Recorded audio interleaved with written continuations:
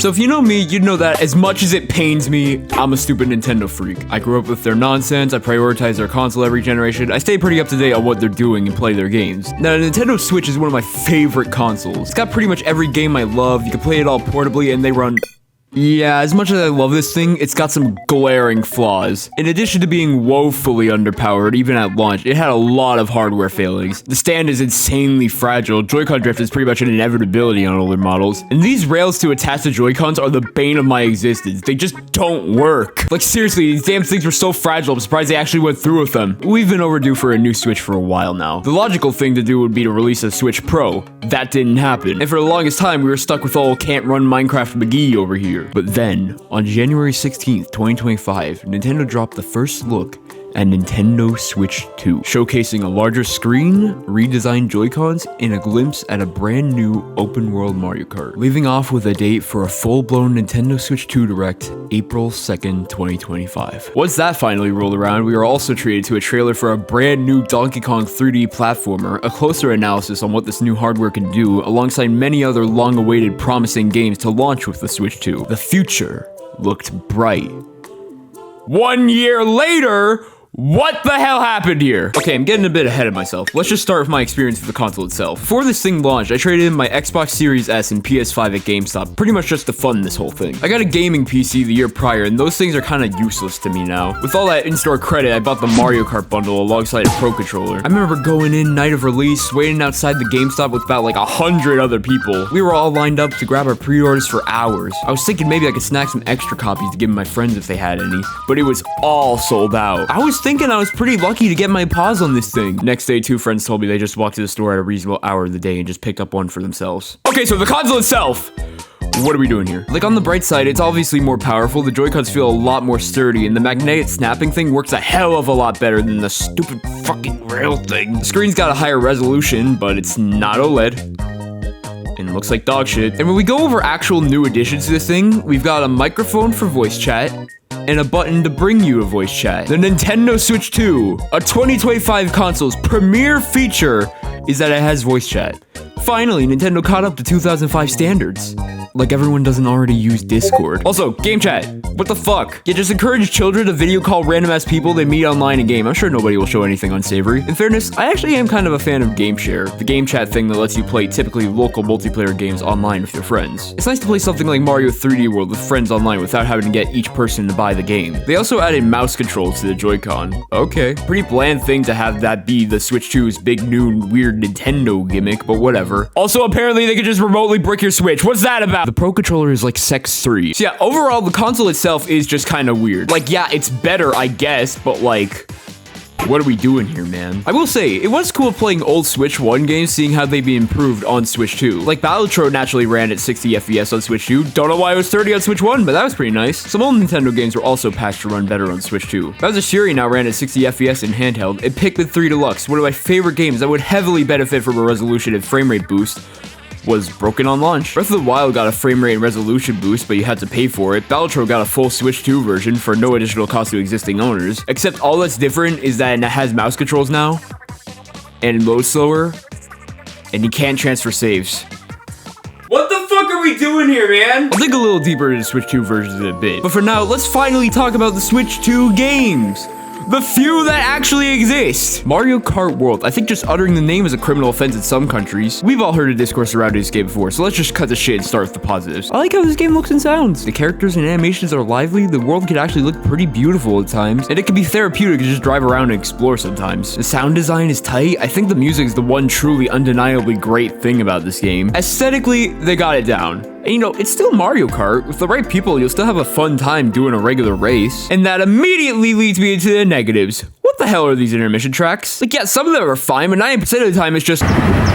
What is with this open world? Like, yeah, it's cool, there's some shit to do, but you'd think they'd actually put, like, characters and objectives, maybe an adventure mode into this huge world. No, you just aimlessly wander it. Sometimes you find a little challenge or a little question block, and that'll be it. What do you get from finding these things? Tiny little stickers to slap on the side of your car. I cannot recall a single instance of anyone acknowledging these things while in-game ever. Also, you can find a bunch of coins and shit, and it'll help you unlock vehicles the more you collect, but there's no way to check how many coins you got in total. And when you're in the open world, there's practically no visual feedback to collecting these damn things. So yeah, there's this kind of fun open world to explore, but there's pretty much nothing to gain from doing so.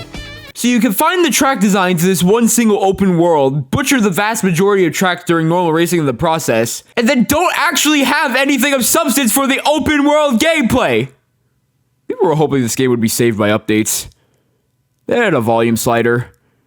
It only has 2 options. You know what would excuse all these weird problems and general lack of cohesion? If the game was just dead-ass free. If this shit was just bundled in with the base Switch. If it was advertised as just a launch showcase for the Switch 2 instead of being the gaming industry's first step into $80 fucking video games.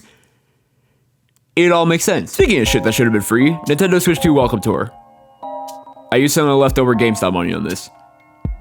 $10 for this. I mean, it's kind of cool for what it is. The progression of finding each invisible stamp blows, though. It really does just tell you shit about the Switch 2, and that can be kind of interesting, but it's hard to justify this thing's existence when you could use that money to be playing actual video games on your console. Okay, that's as much time as I can be bothered to give this thing. Donkey Kong Bananza, the final game I bought for the Switch 2. I'm not joking!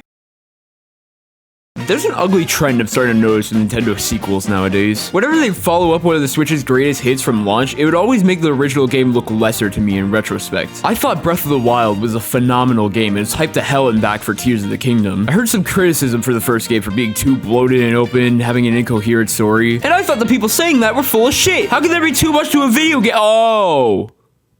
Oh. Yeah, I see what you mean now. Donkey Kong Bananza is a new game from the same team that made Mario Odyssey, and comparing them side by side really just highlights how much of a step down the latter is from the former. Because unlike Odyssey, I actually do think this game's too much. There's so much shit everywhere, and each individual thing just feels pointless. Like, you just go digging in a random spot and find one of the finite amount of bananas in the game just there. At least in Odyssey, moons like that were either in places of interest or actual hidden areas instead of just the ground. You then collect enough of those, you can upgrade your dong to find bananas better. Which, having a tangible reason to find a main collectible would make for a great gameplay loop if the act of finding bananas itself was fun.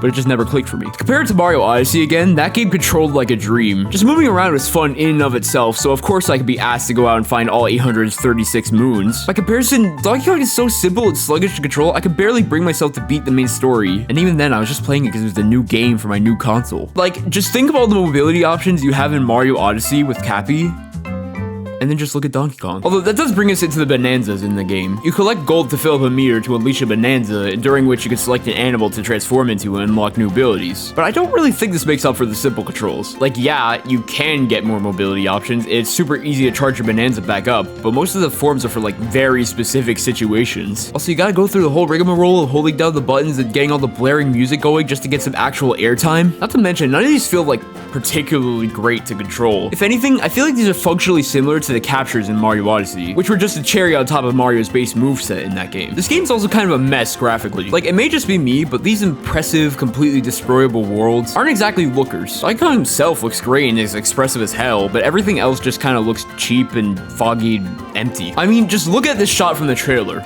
Do you want to play this? The areas you explore aren't even that interesting to begin with. Hell, some of the concepts are even rehashed directly from Mario Odyssey. I hate to keep ragging on this game by comparing it to Mario Odyssey, but again, it really does just drive home how lackluster this game is as a follow-up. Don't even get me started on the DLC. $20 for an extra level and a new mode. Again, comparable to the one we got for free in Mario Odyssey, and the level is actually empty. One last drive-by shooting here.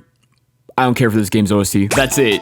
That's all Nintendo had to offer me on their shiny new platform in the first year. Of course, they did put out other actual games, but like, I can't be bothered to keep dumping money into this shit, man. Wasn't gonna play Hyrule Warriors. I hate the Dynasty Warrior game style, and like I said, I don't give a damn about Tears of the Kingdom. Kirby Air Riders just looks like more of the same from the GameCube original, which I did not like. I just bought 2 overpriced kart racers. I'm not about going on a third. I don't know anybody in the world who bought Dragix Drive. Well, maybe Lincoln. And $70 goddamn for Mario Tennis. Be so fucking for real. Pokopia might be fun, but I already got my cozy game fill from Tomodachi Life, which is a Nintendo game and is good, but it came out on the Switch 1, so they're not really doing a good job justifying my purchase here. How about got those Switch 2 editions, man. $80 for Super Mario Wonder, a 3-year-old video game I 100%ed in 10 hours. I got the Switch 2 version of Ball X Pit, thinking I'd be able to use mouse controls because that game would actually benefit from them. Silly fucking me, I suppose. There's a Xenoblade X Switch 2 edition that actively makes the game look worse. But then came the release of a new first-person shooter from Nintendo. It was one of their most graphically intense games ever, perfect for the Switch 2's new mouse controls, and was a long-awaited entry in a beloved franchise. It was set to be the game to save the Switch 2's first year. Then Metroid Prime 4 ended up being Metroid Prime 4. I don't even like Metroid. We got some cool third-party support. Borderlands 4 is coming, never mind. There's a rush port of Persona 3 Reload with poor fidelity and an absurd price. Better than Fallout 4, I guess. I mean, hey, at least the future is bright for the Switch 2. There's a lot of games lined up to come out on it in the next year. For instance, here's Star Fox. Okay, so that's bad enough, but just think about what we're getting here conceptually. This is a remake of Star Fox 64, following Star Fox Zero, a remake of Star Fox 64, following Star Fox 64 3D, a remake of Star Fox 64, which was already itself a remake of Star Fox! I'm probably not gonna get this, even if it is $50. I was never a fan of Star Fox, and there's nothing really new or unique here to drag me in. To get me to drop that kind of cash on what is essentially the same game from 30 years ago at its core. And there's definitely elements actively pushing me away now! Okay, for as much as I shit on the new designs, I will say, I really like how this cat fellow looks now. Like, look how she used to look. She just looks like a girl version of Fox. Now she actually does look like a cat and like someone who'd be in this line of work. I love it. Might have sold me by itself. I was gonna talk about that random trailer they dropped for Splatoon Raiders in 2025. Do you remember that? Do you remember how they dropped it alongside a new unprecedented update for Splatoon 3 that made the Switch 2 version run better while also retroactively making it run worse on Switch 1? Yeah, that one. They actually did talk about it again. They put up a proper trailer, and I gotta say to Nintendo's credit, I'm excited. It pretty much looks like a whole standalone game based on the Salmon Run mode from Splatoon 2 and 3. Those were already fun as hell, so it'll be interesting to see how much they can expand upon it in a full game. Plus, it's only $50 compared to usual 70. That's right, they're kicking me in the nuts instead of ripping them off! And it'll be good to have more Salmon Run because Splatoon 3's matchmaking is... So, overall, Switch 2's first year. Didn't exactly impress, huh? I like my Switch 2, primarily because I essentially got it for nothing. If I didn't trade in those other consoles I wasn't using for this, I'd be singing a different tune, but I generally like having a better Switch. It is absolutely not worth buying yet, though, especially if you already have a Switch. The exclusives are made, the new features are pointless, and it really does just feel like a slightly better Switch for $450. I'd say if you really want it, buy it pre-owned if you can find it for a good price. And if you already got a Switch 1, just don't bother at all. That's my 2 cents on the Switch 2's first year. Disappointing to say the least. Though I will say, I did not try Drag X Drive, so I'll get back to you once I've given it a fair shot.